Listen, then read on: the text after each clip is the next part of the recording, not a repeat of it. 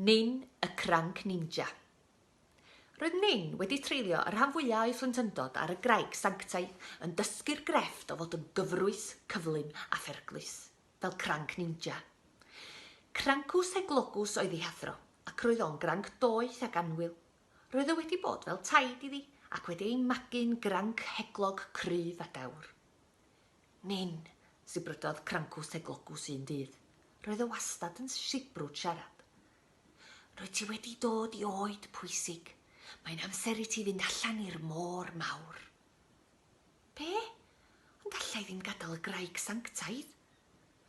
Doedd Nin ddim isio gadael, i bod hi'n gwybod ers tro fod y diwrnod hwnnw ar ei ffordd.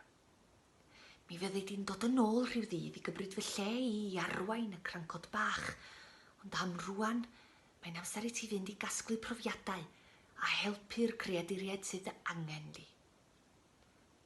Doedd Nin ddim yn siŵr os oedd hi'n barod am y môr go iawn. Hi oedd y Cranc Ninja gorau ar y graig, roedd hynny'n wir, ond doedd hi rioed wedi bod mewn brwydr go iawn. Rhoddodd Crancws i grafanc ar gefn Nin a sibrwd wrthi. Rwyt ti'n ddewr, rwyt ti'n gryf, rwyt ti'n barod. Roedd Crancws yn un da am roi hyder i rywun.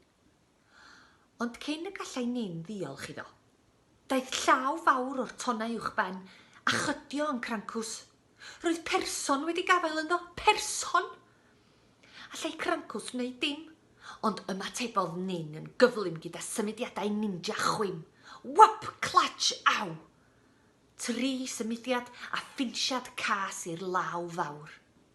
Gollyngwyd Crancws a chafodd ei daflu oddi ar y graig sanctaidd.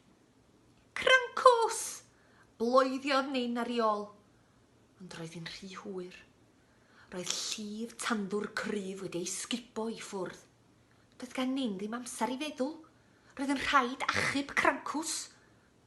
Rwyt ti'n ddewr, rwyt ti'n gryf, rwyt ti'n barod, a teiniodd geiriau Crancws yn ei phen a neidiodd i'r llif ar ei ôl. Ysgubwyd Nin ar ôl Crancws. Roedd hi'n troelli'n wyllt ac allai hi ddim gweld Crancws o'i blaen. Roedd hi wedi cael ei hyfforddiant i ffocysu ei meddwl a rheoli ei hun mewn argyfwng. Felly canolbwyntiodd ac anelodd am droiad yn y llif oedd o'i blaen i neidio allan. Dyna fyddai Crancws wedi wneud, meddyliodd. Mewn chwinciad o nerth, llwyddodd Nin i daflu ei hun o'r llif a glanio ar graig fechan wrth longddyrlliad. Ceisiodd gael ei gwynt, cyn chwilio am Crancws. Doedd dim angen iddi chwilio yn hell. Yn anffodus, roedd Crancws wedi llwyddo i ddianc o un sefyllfa beryglus ac wedi glanio mewn un arall. Cuddiodd Nin a gwylio Octopws mawr hyll yn gafal yn Crancws gerfydd i goes.